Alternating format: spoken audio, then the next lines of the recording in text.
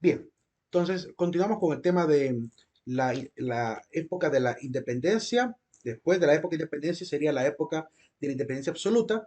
Y ahorita vamos a hablar un poquito de la anexión, pero antes terminemos los detalles del acta. ¿Qué es lo que contenía entonces el acta? Si recordamos lo que leímos el último día antes del examen, habíamos visto que en el acta pues hicieron un repaso estadístico de lo que había de América, ¿verdad?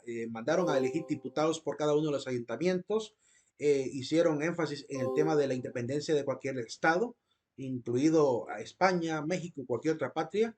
Se hace una ratificación de la autodeterminación de la federación, es decir, de la capacidad de decidir como cualquier patria libre el firmar contratos con cualquier otra nación libre del mundo. Y además colocan el nombre de la federación. Eso en general es lo que pudimos leer del acta pasada.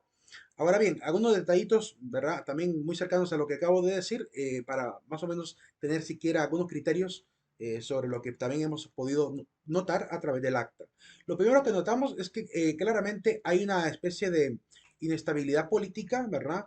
Y eso implica pues hacer una nueva acta reevaluando lo que se decidió en el acta de 1821.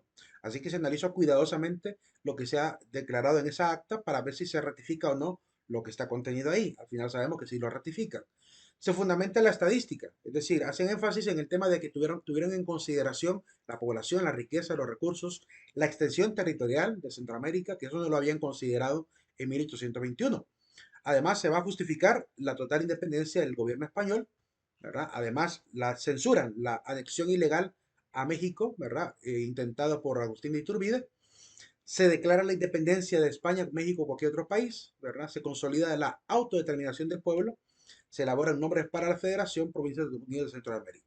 Ahí queda prácticamente también en la diapo para que puedan ver lo que acababa de explicar. Bien, hablemos un poquito del señor Agustín Iturbide. Agustín Iturbide, ¿verdad? Agustín Cosme de Damián, ¿verdad? Se llama él. Se había hecho llamar pues emperador, ¿verdad? En 1822. En 1823 va a renunciar al darse cuenta que había un plan para poder matarlo. El plan se llamaba Plan de Casamata. Le logra viajar a Europa, ¿verdad? Tratando quizá de esperar que se apaciguara la situación. Se me cayó la internet, vamos a esperar un ratito. Ok. Disculpe, jóvenes, que se fue el internet por un ratito, pero ya estamos de nuevo aquí. Hubo una pequeña caída. Permítame un segundito.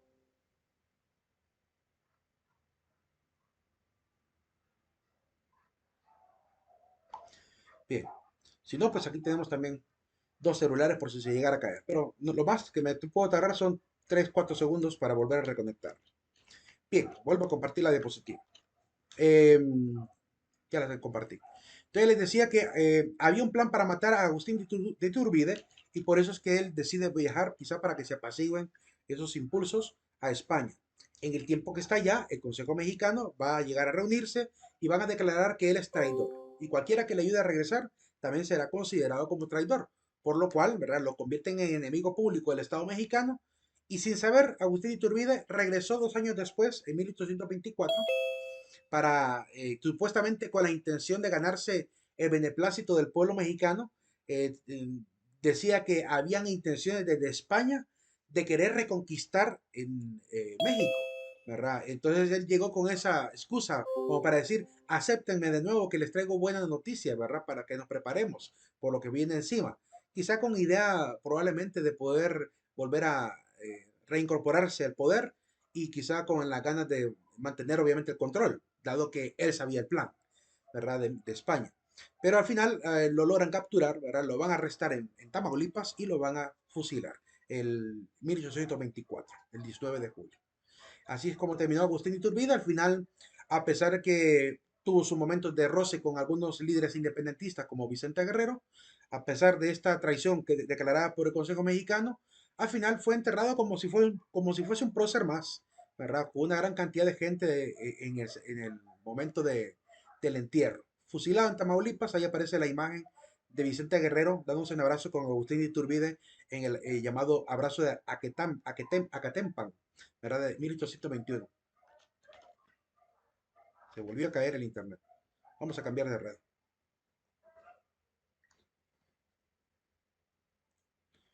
Se volvió a caer el internet una vez más. Permítame, voy a hacer un cambio rápidamente.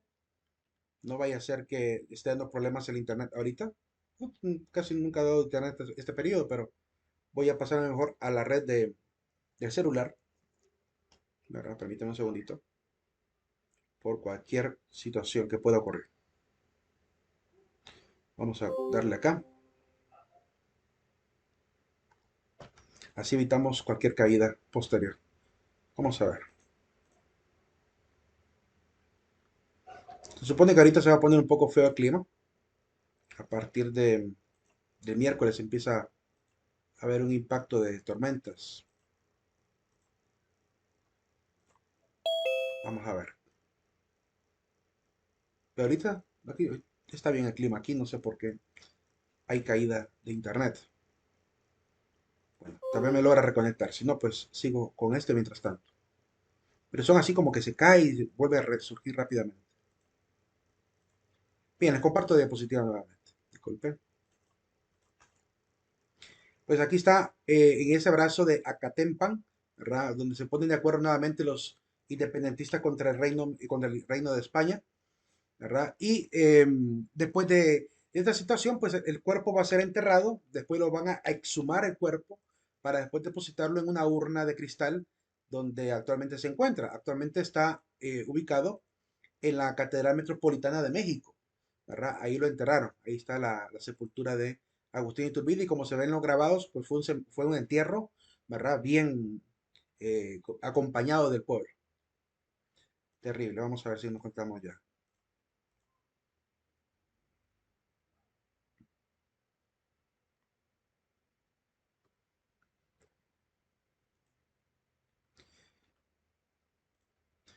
Bien, ya me conecté a la otra red. ¿Ustedes están teniendo alguna dificultad? No, no me he conectado todavía, permítame un segundo. No sé por qué no me quiere aceptar la red. Permítame un segundo. Voy a quitar la diapositiva para que no me estorbe aquí. Ahí lo verán ustedes. Ahí ya me conecté. Hoy sí estoy en la otra red. Bien, listo. Disculpen estos pequeños atrasos, pero es raro que se ponga así.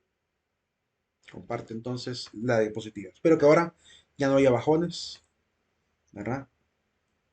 Bendito Internet de Honduras, ¿verdad?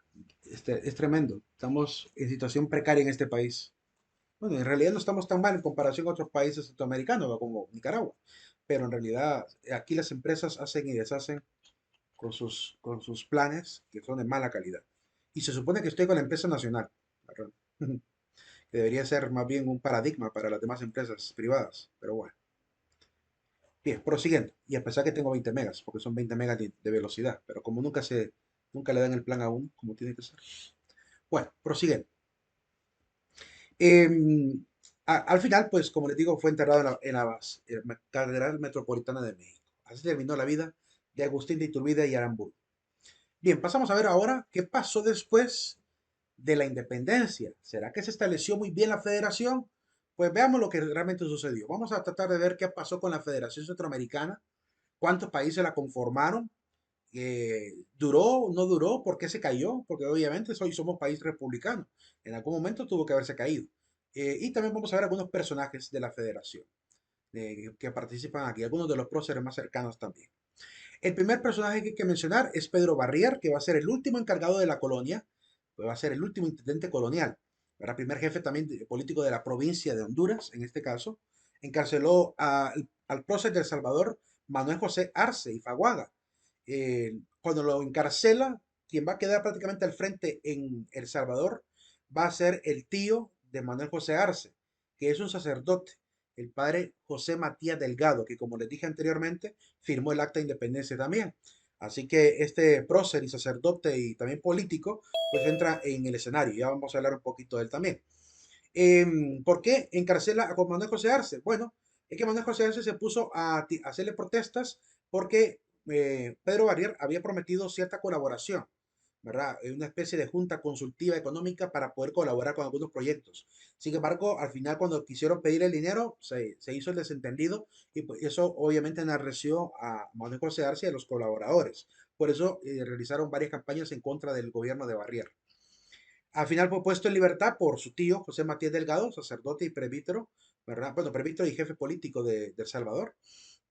Fue sustituido al final Pedro Barrial por José Matías Delgado a nivel de la federación, es decir, que llegó a tener el control prácticamente, al menos, de la parte central de la federación. Y murió bajo el mando de Manuel José Arce, que obviamente se fue a la batalla contra él, que quería retomar por la fuerza el poder español, en la batalla de Milingo del Salvador de 1827. Así que es un personaje que prácticamente es el último con el cual van a pelear a nivel de España, España y Centroamérica. Después entra obviamente a la palestra José Matías Delgado, ¿verdad? Presbítero, ¿verdad? Considerado padre de la patria salvadoreña. Hay que mencionarlo, aunque estamos hablando de historia de Honduras, sí, pero qué problema que en este momento somos una federación. En este momento preciso estamos hablando de Honduras junto con Guatemala, con El Salvador, con Nicaragua y Costa Rica, forman una sola patria.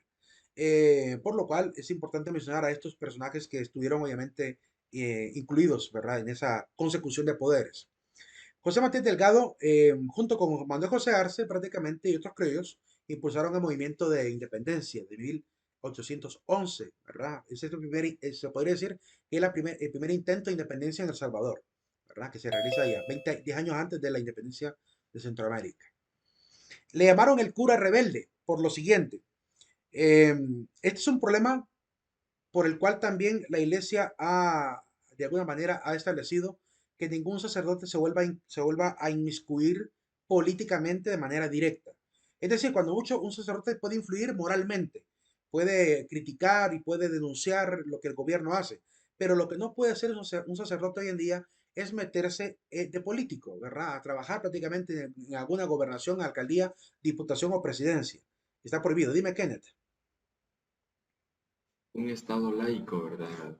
Sí, lo que es por el tema también del país, que el país declara que es un estado laico, ¿verdad? Y por tanto no permite que ningún sacerdote forme parte.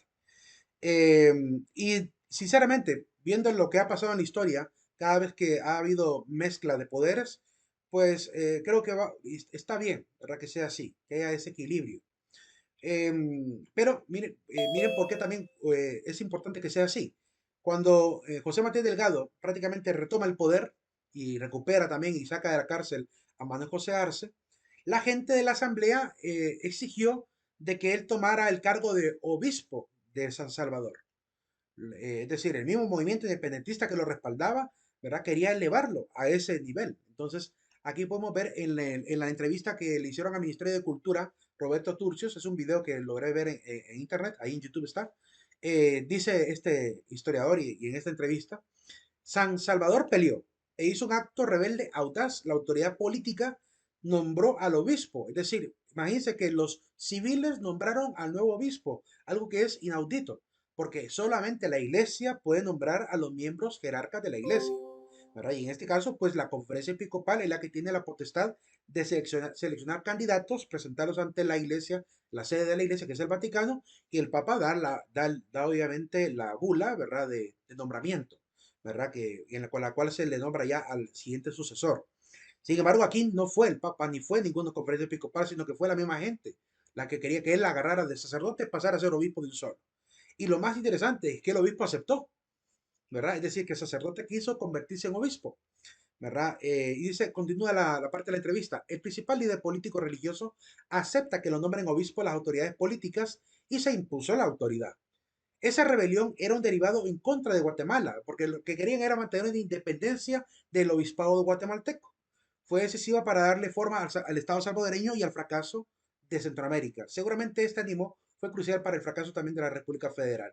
¿Por qué? Porque por una parte estaba la intención de los políticos de mantener el control local, pero por otro lado, ¿verdad? También está el afán de algunos sacerdotes y obispos de mantener también controles locales, ¿verdad? Yo me imagino que cada obispo quería tener control, el de Comayagua en Comayagua, el de Managua en Managua y el de Guatemala en Guatemala, que eran los principales obispados en aquel momento, el de León Managua y el de Comayagua y la capitanía de Guatemala. Eh, y por tanto, al separarse no solo el poder político, sino también el poder eclesiástico, con mayor razón se vuelven más egoístas y poco hermanados estos países que tendrían que ser una federación, ¿verdad? Al final, obviamente, el Vaticano no iba a dejar esto así. Le mandan al señor supuesto obispo, ¿verdad? Padre José Martín Delgado, a decirle que o renuncia a su cargo o queda automáticamente excomulgado. Declaran nulo, ¿verdad? Ese obispado y le advierten que va a ser excomulgado si no accede a renunciar. Al final se supone que es obediente, ¿verdad? Y renuncia a su cargo. Al final no lo excomulgan por eso. Pero claramente la iglesia tuvo que ordenar esas circunstancias. No se podía permitir algo así, ¿verdad? Por eso se le llamó por un momento el cura rebelde. Aparece entonces aquí don José Matías Delgado, ¿verdad? Junto con otros próceres. El que está atrás de él con el sombrero negro, el de copa, es Manuel José Arce. Y atrás de él hay otro personaje que nosotros conocemos, diríamos, más o menos. Ese de barba repleta, ¿verdad? De peinado caído y peinadito hacia el lado. ¿Quién creen que es? ¿Quién creen que sea? Ese que está de barbita y pelo largo, que está atrás de José, a la par en medio de los dos sombreros, ¿verdad? ¿Quién creen que sea? Allá en la mera esquina está. Les parece conocido este personaje que está ahí? ¿A alguien se le ocurre quién puede ser? ¿Que tuvo que ver con El Salvador? Vamos a ver. Adivinen. ¿Quién puede ser ese prócer? De barba completa, de cabello casi Cabaña. Cabañas. José Trinidad Cabañas tuvo una participación directa con El Salvador. Incluso cuando llegó a ser presidente, que al final lo van a querer deponer y lo deponen del poder a golpe de Estado, le dan golpe de Estado, quiere retomar la fuerza, pero no va a poder hacerlo y se regresa a El Salvador a servir. Allá termina prácticamente como un ministro. Estuvo obviamente como parte de los principales, ¿verdad? ¿Cómo se llama? Militares que estuvieron ahí, no militares, sería prácticamente, sí, ¿verdad? Soldados, ¿verdad? De la patria, eh, que estuvieron obviamente luchando entre Honduras, Guatemala y El Salvador, más entre El Salvador y Honduras, en este caso. Por esa razón es considerado también prócer de El Salvador, además de ser prócer en Honduras. Y por ese mismo motivo, ¿verdad? Se le ha dedicado un departamento en el departamento de Cabañas en San Salvador, ¿verdad? Dedicado a él. Así que por eso digo que no podemos separar la historia guatemalteca salvadoreña de Honduras, ¿verdad? Ni siquiera la de Nicaragua. Aún después de la federación hay una historia muy cercana entre Honduras y Nicaragua también. Ahí está también Manuel José Arce, ¿verdad? Manuel José Arce entonces entra también, ¿verdad? Al escenario de esta historia de, de altibajos, ¿verdad? De un poco de desestabilización política y de divisionismo de la federación. Y va a ser uno de los principales militares. Él no va a ser un hombre formado, por así decirlo, en las grandes letras, no va a ser un hombre académico. Es un hombre más de armas. Es un hombre más dedicado a la parte militar. Y por esa razón va a querer mantener, ya que tiene gente a su lado, ¿verdad? El poder a punta de la fuerza.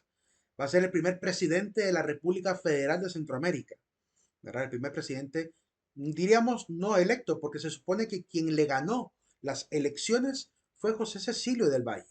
Y al final le roba las elecciones a Valle. Es que era casi obvio que aquel redactor del Acta de Independencia, ¿verdad? Fuese electo presidente, primer presidente de toda la federación.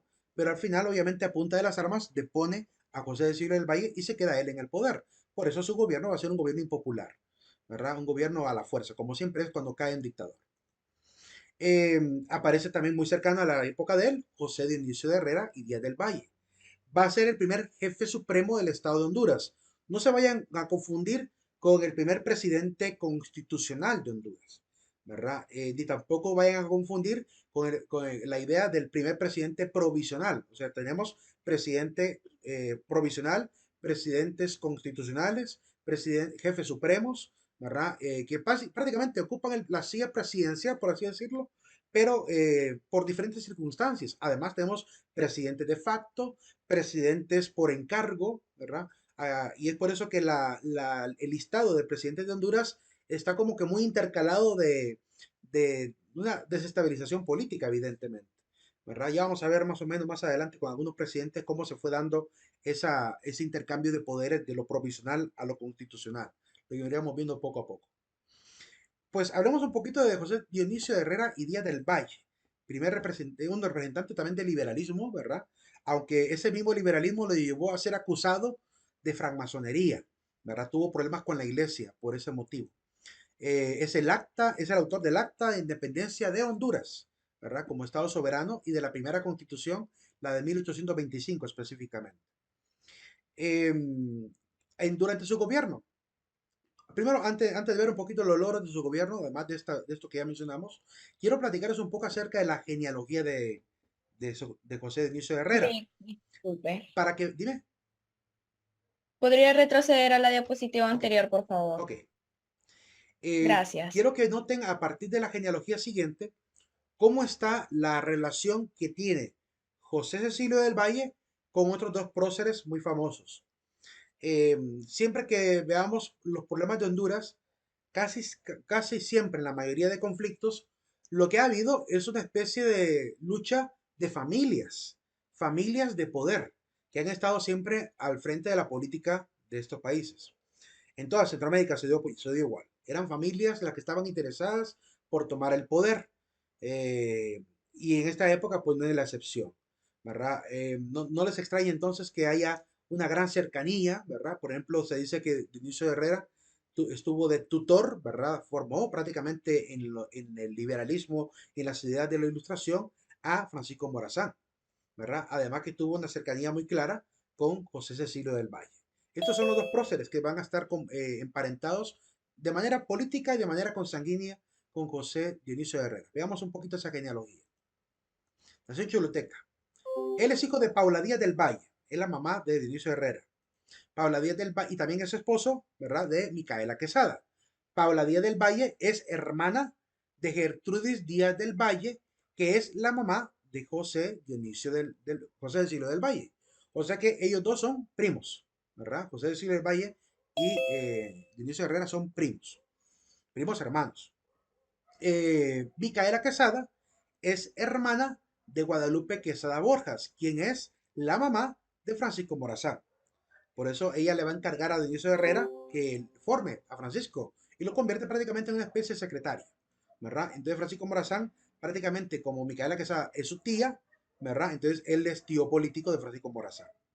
Esa es la cercanía que hay, bastante, pero muy cercanos de estos personajes, para que vean la relación que tienen. Esto es importante tenerlo en claro, que siempre que veamos conflictos hondureños, a veces hay que analizar la influencia que ciertas familias tienen sobre los diferentes sucesos que ocurren en este país. Hasta el día de hoy sigue siendo así. Hasta el día de hoy siguen habiendo familias poderosas, ¿verdad?, que influyen políticamente en las decisiones de estos gobiernos. Aquí vemos el mapa según el libro de Linda Newson, que se llama El costo de la conquista de 1992, cómo estaba Honduras en el siglo XVI. Teníamos la región, no son departamentos, son regiones. La región no conquistada, que aparece en dos regiones, Puerto Caballos, queda actualmente Puerto Cortés, San Pedro, Tencoa, gracias a Dios, Comayagua, Olancho y Trujillo y Choluteca. Esas son prácticamente las regiones que había, ¿verdad?, durante el tiempo de la conquista por aproximadamente 100 años aproximadamente, cerca de 99 años en realidad. Y Dionisio Herrera va a realizar la primera división política de este territorio. Va a constituir los siguientes departamentos: el departamento de Gracias, el departamento de Santa Bárbara, el de Lloro, miren qué grande era Lloro, ¿verdad? Hoy tiene que llorar porque le quedó chiquito el territorio. Comayagua, Tegucigalpa y Olancho, ¿verdad? Miren Olancho ahí peleando territorio también con Lloro. Ha llegado un punto en el que Olancho prácticamente, bueno, los olanchanos históricamente siempre han tenido como que esa espinita ahí puesta de querer ser un gobierno autónomo, ¿verdad? Hubo rumores ahí por los años que 98 o 2000 de gente que decía que querían que Olancho se independizara de Honduras, ¿verdad? Imagínense tener un país dentro de otro país, ¿verdad? Es un poco absurdo, pero igual podría llegar a pasar, ¿verdad? No sabemos qué tan bien organizados están y qué tan independientes podrían llegar a ser. Solo vean, por ejemplo, en Israel, ¿verdad? Cómo Gaza se convirtió prácticamente en una especie de estado pequeño, aunque está sufragáneo a Israel con respecto a los bienes y servicios públicos. Prácticamente le compra los bienes y servicios a Israel. Ahora Israel le ha cerrado todo eso a Palestina. Bueno, a las franjas de Gaza específicamente. Se dice que él mandó también hacer el primer escudo de armas. Ese es el primer escudo. Si pues, se fijan, no tiene aljaba, no tiene el triángulo equilátero con forma de ladrillos, ¿verdad? No se ven los árboles de ninguno de los dos lados. No se logra ver la segunda mina, solo hay una mina, una pequeña puertecita nada más. Hubo incluso una época en la cual, además de los árboles que ya conocemos, de cedro y de pino. Además, en algún momento aparecía en uno de los escudos una palma de coco, ¿verdad? También aparecía ahí como al otro lado de la puertecita de las minas, en la otra montañita que está así como en forma de triángulo, ahí había a veces una palma de coco. Más adelante miraremos un poquito de la evolución de este escudo de armas de Honduras. Como les digo, pues tuvo un conflicto con la iglesia José Dionisio Herrera, porque fue acusado de francmasonería por el obispo José Nicolás Irías, ¿verdad? Se dice que el obispo manda a quemar la biblioteca de Dionisio Herrera con la intención de acabar, obviamente, con todos los libros que consideraba heréticos, ¿verdad? Lo acusa de francmasón y los comulga. Entiendo que al final la iglesia de rezarse la excomunión otorgada por el obispo. Y lo mismo va a pasar también en la época de José Santo Guardiola, de que también se le va a excomulgar y después van a resarcir esa excomunión, porque obviamente a veces se hacen con ciertos arranques, digamos, de cierta, ¿cómo diríamos? De cierto fanatismo, ¿verdad? Y por tanto, la iglesia un poco más prudente, ¿verdad? No permite que esto permanezca, dado que entiende quizá el contexto en el cual se realizaron estas supuestas condenas. Prosiguiendo con un poquito con la historia. Después, durante la época de Luis Herrera, mientras él estaba como jefe de Estado, de 1823 en adelante, la federación va a determinar, como no hay un distrito federal elegido, no hay una cabeza federal, como, así como Washington allá en Estados Unidos, eh, Guatemala quería tener el poder, El Salvador quería tener el poder y Honduras no se quería quedar atrás. Por eso van a decidir, en vez de armar por así decirlo, un distrito federal, deciden mejor hacer un triunvirato, ¿verdad? Para repartir el poder en tres cabezas. Primero, El Salvador y Guatemala, ¿verdad? Prácticamente controlándolo todo. Así que durante más o menos algunos meses del mismo año 1823 va a estar Pedro Molina y Mazariegos en Guatemala, uno de los que también firma el acta. Va a estar Manuel José Arce y Faguaga, ¿verdad? Como parte también, va a estar durante dos periodos prácticamente, va a estar en el triunvirato. Juan Vicente Villacorta también aparece, ¿verdad? Como jefe supremo de El Salvador, ¿verdad? Así que Manuel José Arce prácticamente queda como jefe supremo de la federación, ¿verdad? Vicente Villacorta como jefe supremo solo de El Salvador, Mazariegos en Guatemala, ¿verdad? Y en ese momento pues estaba Dionisio Herrera en Honduras, aunque no formó parte de manera directa de este triunvirato. Luego vuelven a hacer, discúlpeme, hay un problema de seguridad, me dice, sí, la verdad que sí. Permítame que se me ha dado vuelta aquí, no sé por qué. En el segundo triunvirato, que va a ocurrir del 4 de octubre de 1823, aparecen otros personajes. Aparece por 2 años consecutivos. Va a aparecer por el lado de Guatemala un hombre llamado Tomás Ojaran, ¿verdad? Tomás Antonio Ojaran y Argüello. Se queda siempre en Manuel José Arce por segundo periodo, ¿verdad? Como parte de la federación. Y en Honduras, pues se elige a José de Silvio del Valle. Cuando lo eligen a él para que sea el jefe de Estado de Honduras, ya no pudo llegar al poder. Ya hablaremos un poquito de Valle, ¿verdad? Y lo que sucedió y por qué no llegó a ser presidente prácticamente, bueno, jefe de Estado de Honduras, ¿verdad? Va a morir antes que eso, va a morir antes de que pueda siquiera enterarse que había sido electo. Lo eligen, ¿verdad? Le envían cartas, pero las cartas no llegaron a tiempo, ¿verdad? Ya había fallecido cuando realmente se logran enterar las familias. Ya vamos a ver más adelante ese detalle. Aparece otro personaje cercano a Manuel José Arce, que es José Justomilla, un hombre que nacido en Gracias, Honduras, eh, va a ser encargado por la fuerza de Manuel José Arce. Él era el vicejefe de Estado cuando Dionisio Herrera estaba de presidente y por impulso de Manuel José Arce lo manda con una serie de tropas a darle golpe de Estado a Dionisio de Herrera. Por eso Dionisio Herrera nunca formó parte del triunvirato porque no lo van a dejar gobernar, ¿verdad? Así que van a hacer un intento de golpe de Estado y lo van a lograr en 1827, ¿verdad? Bueno, en 1824 lo logran quitar del poder y al final va a lograr quitarse también a él, ¿verdad? Va a ser Francisco Morazán quien lo va a quitar del poder en 1827. Qué gran ironía que un mismo patriota de esta misma tierra, ¿verdad? Traicione así a José Dionisio Herrera. Pero es que también hay que ver la presión que había de parte de Manuel José Arce. Lo interesante de este intento de golpe de Estado, bueno, de este de golpe de Estado realizado, es que cuando llega aquí a Los Llanos, Santa Rosa, Los Llanos de Santa Rosa, o mejor conocido como Santa Rosa de los Llanos, eh, se dice que las fuerzas de Manuel José Arce, enviadas por Justo Milla también, o enviadas por Justo Milla, quiso establecerse aquí en Santa Rosa con la intención de acercarse cada vez más a Comayagua.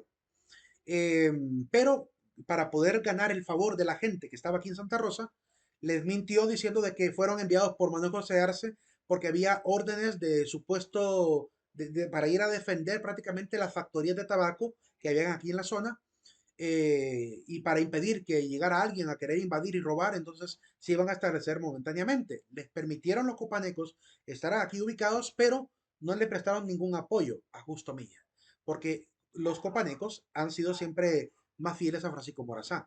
En aquel momento Francisco Morazán era prácticamente líder militar muy famoso ya en Honduras, que estaba obviamente como apoyo al gobierno de Dionisio Herrera.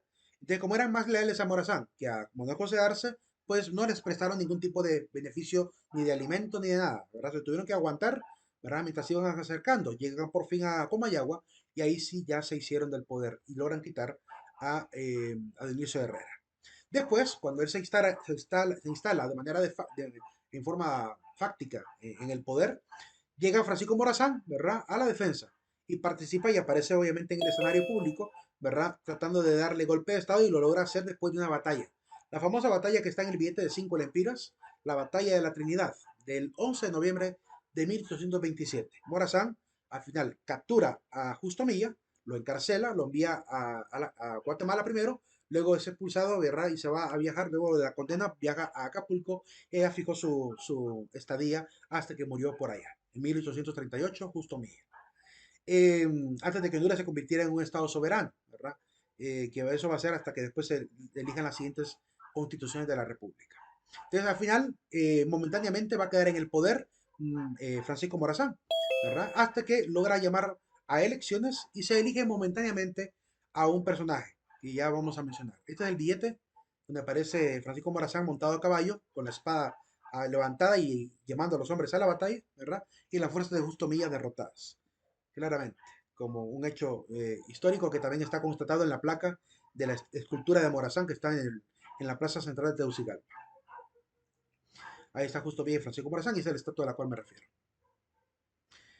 Mariano Beltranena y Llano es el que va a ser puesto por Francisco Morazán en el poder, mientras se logra obviamente establecer ya de manera democrática. Cuando le piden a Mariano Beltranena, que también participó, recuerden, en lo del acta de independencia, cuando le piden ya devolver el poder para de repente nombrar al siguiente electo, no quiere devolver el poder, ¿verdad? Llegó a ser, él era vicepresidente también en la época de Dionisio Herrera, ¿verdad? Fue presidente por tanto temporal en 1828. Cuando quiso reasumir, obviamente, el siguiente presidente negó entregar el poder, entonces le tocó también golpe de Estado. Francisco Morazán vuelve a entrar otra vez en el escenario, le da un golpe de Estado, lo quita, ¿verdad? Lo depone por fuerza de armas, ¿verdad? Y van a dejar al final a José Francisco Barrundia y Cepeda como el presidente provisional, ¿verdad? Que no es presidente constitucional. Un provisional es mientras se logra elegir al Consejo de Ministros o a la Asamblea Constituyente o se manda a elecciones. Mientras tanto se deja a ese presidente provisional para que esté obviamente gobernando y no se descontrole la situación política de la región. Entonces entra José Francisco Barrundia también a este escenario. ¿Alguna pregunta hasta ahorita en esta situación de Francisco Morazán, Justo Milla y Dionisio Herrera? ¿Se entiende el afán político de Manuel José Arce? De cómo manda Justo Milla para quitarle el poder a Dionisio Herrera, de cómo Francisco Morazán se convierte en un héroe prácticamente, rescatando el poder de Honduras, ¿verdad? Recuperando también a Dionisio Herrera, ¿verdad? Que lo habían mandado encarcelado a Guatemala, ¿verdad? Lo recupera y al final lo hace devolver al país del exilio. Y ese Francisco Morazán empezando a dar sus pininos en la carrera política también. ¿Alguna pregunta hasta ahora? Todo bien, Todo Master. bien. Ok, prosiguiendo. Hablemos entonces de estos dos personajes. Hablemos de José Cecilio del Valle y de Francisco Morazán, ya los hemos mencionado, pero no hemos visto algo más amplio de cada uno, ¿verdad? Yo recuerdo muy bien esta imagen de Francisco Morazán, porque en los años 80, en la escuela, teníamos un librito de historia que había en la biblioteca, que comúnmente nos daban el permiso para poder ir a leerlo, y tenía en la portada era de color verde, y tenía esta imagen de Francisco Morazán. Aparentemente es una pintura, una fotografía, ¿verdad? No había en ese momento la posibilidad de tomarle foto a ellos dos. La primera foto de un prócer que tenemos creo que será la de José Trinidad Reyes. Va a ser la primera fotografía que tendremos. Y no se parece en nada a la imagen que tenemos en las estampitas del 15 de septiembre. O sea, la imagen que hemos popularizado de José Trinidad Cabañas, el sacerdote, el padre Reyes, perdón, de José Trinidad Reyes, eh, no es para nada parecido a la fotografía que aparece en la biografía que hizo Ramón Rosa de él. Ya les enseñaré más adelante cómo es el rostro verdadero de José Trinidad Reyes, para que vean un poco curiosa esa situación. Ahí está, él estaría viviendo del año 1780 a 1834 y Morazán de 1792 a 1842. Vamos a comenzar primero con Morazán, porque acabamos de estar hablando de él y después vamos a hablar de Valle, porque con Valle nos vamos a tener un poquito porque eh, hay que degustar un poquito su intelecto. Por algo le llamamos el sabio Valle. Pues quiero que veamos algunos fragmentos de algunos discursos, de algunos documentos que él elabora, e incluso de una carta personal que él escribe a Mr. Boydet, que vale la pena leerla por la ideología que hay de fondo y el interés político que él realmente tiene sobre esta federación, para que vean qué calidad de políticos eran ellos dos. Y también los logros y también errores que quizá algunos de ellos cometieron. Veamos a Francisco Morazán, entonces, hablando siempre de la época de la Federación Centroamericana. Francisco Morazán Quesada, José Francisco Morazán Quesada. ¿Se han fijado que todos los próceres comienzan con José? ¿Verdad? José Deniso Herrera, José Cecilio del Valle, José Francisco Morazán, José Trinidad Herrera, José Trinidad Reyes, José Trinidad Cabañas, ¿verdad? Todos ellos. Solo el Empira no fue José, pero ahí todos los demás han sido José. Porque en la época, pues era común poner a los hombres el nombre de José y a las mujeres el nombre de María, por aquello de la Sagrada Familia, ¿verdad? Era una cuestión cultural, porque era como el modelo de hombre y de padre, ¿verdad? Y de hombre justo. Entonces, por eso es que el nombre se hizo muy popular. ¿Verdad? También el nombre de Juan era muy común también. Juan, José, María, eran muy comunes. Y Jesús también, evidentemente. José Francisco Morazán, ¿verdad? Va a ser asesinado, fusilado en San José, Costa Rica. Ya les platicaré por qué. Él va a estar primero en Honduras como jefe de Estado, como les digo, durante esos 3 añitos en los cuales se logra normalizar todo, ¿verdad? Él llega a ser electo presidente. Luego en Guatemala, bueno, al principio no fue electo, fue provisional. Luego va a ser electo en 1827, estará un tiempito mientras se arregla el asunto y nombran al siguiente. En Guatemala estuvo momentáneamente, tuvo que salir de Honduras para ir a Guatemala a mantener el control durante 1829. Luego regresa a terminar su periodo en Honduras. Mientras tanto, va a hacer esos mandados a Guatemala, dejan a alguien provisional aquí en Honduras. La federación, él fue presidente de la federación, jefe de la federación de 1830 a 1839. Imagínense cuánto tiempo estuvo prácticamente al frente de la federación. Era un hombre, para muchos, pues tenido en alta estima, ¿verdad? Era un hombre muy querido, pero también se granjeó muchos enemigos, tanto políticos como también incluso de la iglesia. Y ya les diré por qué la iglesia llega a tener cierta enemistad con Francisco Morazán.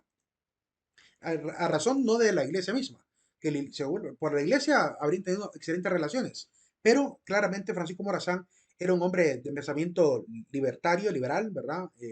Con esas ideas francesas importadas de la ilustración, y por tanto un hombre que siendo antidogmático quizá, aunque fuera católico, ¿verdad? No le daba el privilegio que tenía la iglesia en aquel momento y le fue quitando ciertos privilegios a la iglesia. Ya mencionaremos algunos ahorita que veamos los logros de Morazán y también, bueno, los hechos de Morazán y también más adelante, cuando hablemos un poquito en la época cuando hablemos del Padre Reyes, ahí volveremos a hablar un poquito de Morazán también.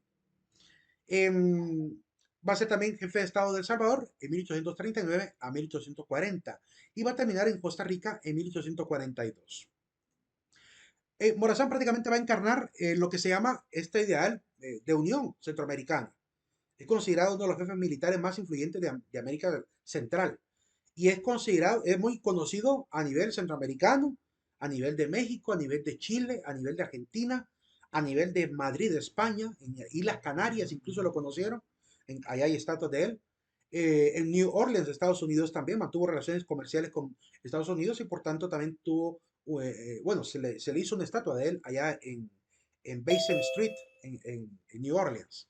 Ya veremos algunas esculturas de Morazán para que vean dónde están ubicadas. Entonces, es un hombre muy conocido, llamado el Paladín Centroamericano, porque prácticamente su bandera, su heraldía, era andar estableciendo, ¿verdad?, la Unión Centroamericana, y eso lo dice incluso en su testamento. Ya casi para morir, menciona esta idea de que prácticamente el amor de unir a Centroamérica, ¿verdad?, iba también a perecer junto con él apenas lo fusilaran. Eso lo declara él en su testamento, ya lo vamos a leer también más adelante. Ahí nos vamos a quedar por hoy. Vamos al aula virtual para poder firmar la asistencia final y continuamos con Francisco Morazán el día de mañana. Pasen un excelente día, no hay contraseña de salida, así que solo coloquen presente y guardar. Que tengan feliz tarde, jóvenes.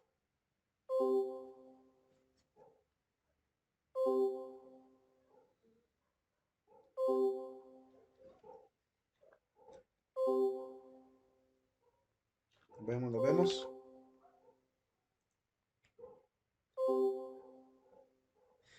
Sí, exactamente, Daisy. Esa imagen era de golpe de Estado. Prácticamente es la batalla con la que se dio golpe de Estado. ¿Micheletti fue de facto? No. Micheletti fue constitucional, aunque no lo queramos aceptar. Se le llamó de facto, popular, pero sí era constitucional porque fue una sucesión presidencial la que ocurrió ahí. Lo fáctico fue los policías, que cómo sacaron a Mercelaya, pero él sí fue, quedó constitucionalmente puesto.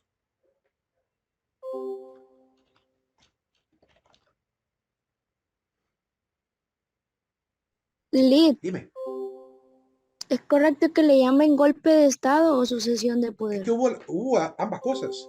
Hubo una sucesión presidencial porque el presidente del Congreso pasó a ser el Ejecutivo, que es lo que permite la Constitución, y hubo además golpe de Estado porque claramente los militares entraron a la fuerza a la casa del presidente para sacarlo del país. Pero no fue un golpe totalmente constituido porque para que sea un verdadero golpe de Estado, los militares tenían que haber quedado al poder. Y como no quedaron, no puede ser un golpe completo, sino fue a medias. Solo fue un mecanismo para poder hacer la sucesión presidencial. Sí. Listo, Lilith, Ok, un gracias. gusto.